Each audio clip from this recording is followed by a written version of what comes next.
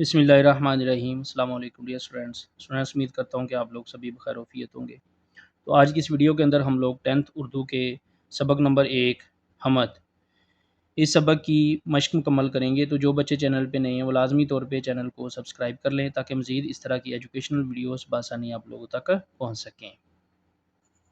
تو یہاں پہ اسٹوڈنٹس اس سبق کی مشق میں سوال نمبر 1 ہے، حمد کے متن کو مد نظر رکھتے ہوئے درج ذیل سوالات کے مختصر جوابات تحریر کریں۔ تو یہاں پہ اسٹوڈنٹس 5 مختصر سوالات دیے ہوئے ہیں، پہلے ان کے جوابات ہم سبق کے اندر سے مکمل کرتے ہیں۔ نمبر 1 شارٹ کویسچن ہے، شاعر نے کس شعر میں استفہامیہ انداز اپنایا؟ شعر کی نشاندہی کریں۔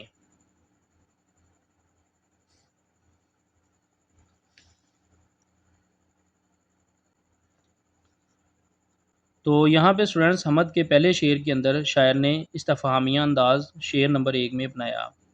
پہلے شعر کے اندر شاعر نے استفہامیہ انداز اپنایا ہے۔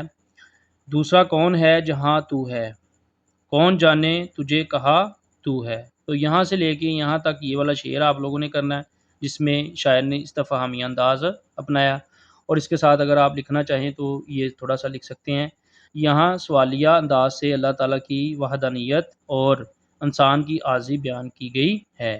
تو یہ بھی ساتھ آپ کویسچن 1 کے ایڈ کر سکتے ہیں اور یہ والا شعر ساتھ کریں گے۔ شارٹ کویسچن نمبر 2، لاکھ پردوں میں تو ہے بے پردہ کا مطلب واضح کریں۔ تو اس کا آنسر اسٹوڈنٹس آپ لوگ یہاں سے شروع کر کے مکمل کریں گے۔ اس کا مطلب یہ ہے کہ اللہ تعالیٰ لاکھوں پردوں میں پوشیدہ ہے مگر اس کے باوجود ہر جگہ ظاہر ہے۔ اس کے وجود کی نشانیاں ہر طرف نظر آتی ہیں مگر اس کی ذات ہر مثال سے ماورا ہے۔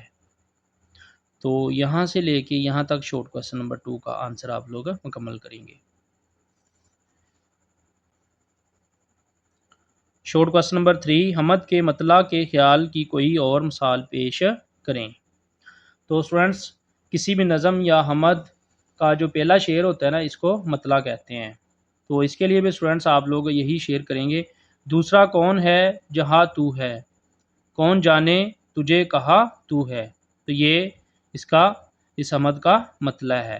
تو اس کے ساتھ اسٹوڈنٹس آپ لوگ تھوڑا سا یہ ایڈ کر لیں، یہاں سے لے کے یہاں تک یہ مصرع بھی اللہ تعالیٰ کی وحدانیت اور ہر شے پر اس کی حاکمیت ظاہر کرتا ہے۔ تو یہ والا تیسرے شارٹ کویسچن کے لیے یہ والا شعر اور یہاں سے لے کے یہاں تک آپ لوگ کریں گے۔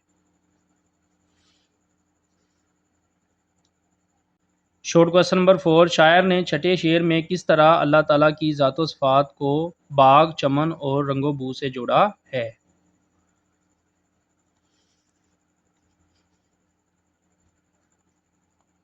تو اسٹوڈنٹ شارٹ کویسچن نمبر 4 کا آنسر آپ لوگ یہاں سے لے کے یہاں تک کریں گے۔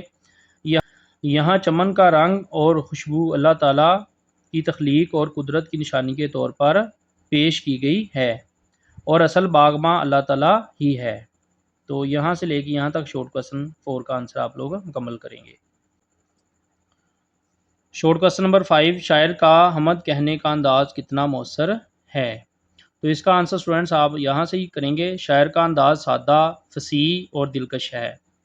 وہ پیچیدہ تصورات جیسے وحدانیت، ہمہ گیری اور اللہ تعالیٰ کی قدرت کو عام فہم الفاظ میں بیان کرتا ہے۔ تو یہاں سے لے کے یہاں تک شارٹ کویسچن نمبر 5 کا آنسر آپ لوگ کریں گے۔ تو اس کے بعد اسٹوڈنٹس مشق میں سوال نمبر 2 ہے، درست جوابات کی نشاندہی کریں۔ تو یہاں پہ نمبر 1 زیر نظر حمد کے شاعر کا نام ہے، علامہ محمد اقبال رحمۃ اللہ علیہ، حفیظ جلندری، ماہر القادری، امیر مینائی۔ تو اسٹوڈنٹس اس کا دال آنسر درست ہے، امیر مینائی درست آنسر ہے۔ نمبر 2، تو ہے خلوت میں تو ہے جلوت میں کا مفہوم ہے، یہ اللہ تعالیٰ صرف خلوت میں ملتا ہے، جلوت میں نظر آتا ہے، جنگلوں اور بیابانوں میں موجود ہے، ہر جگہ موجود ہے۔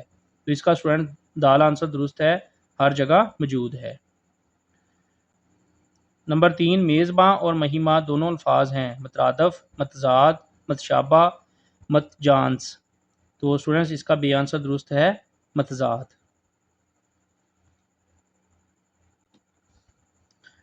نمبر 4، لفظ لا مقام میں لا قائد کی روح سے ہے، سابقہ، لاحقہ، حرف نفی، حرف ایجاب۔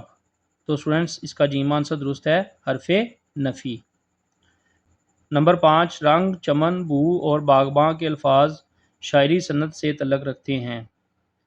صنعت تکرار سے، صنعت تلمیح سے، صنعت مراعات النظیر سے، صنعت مبالغہ سے۔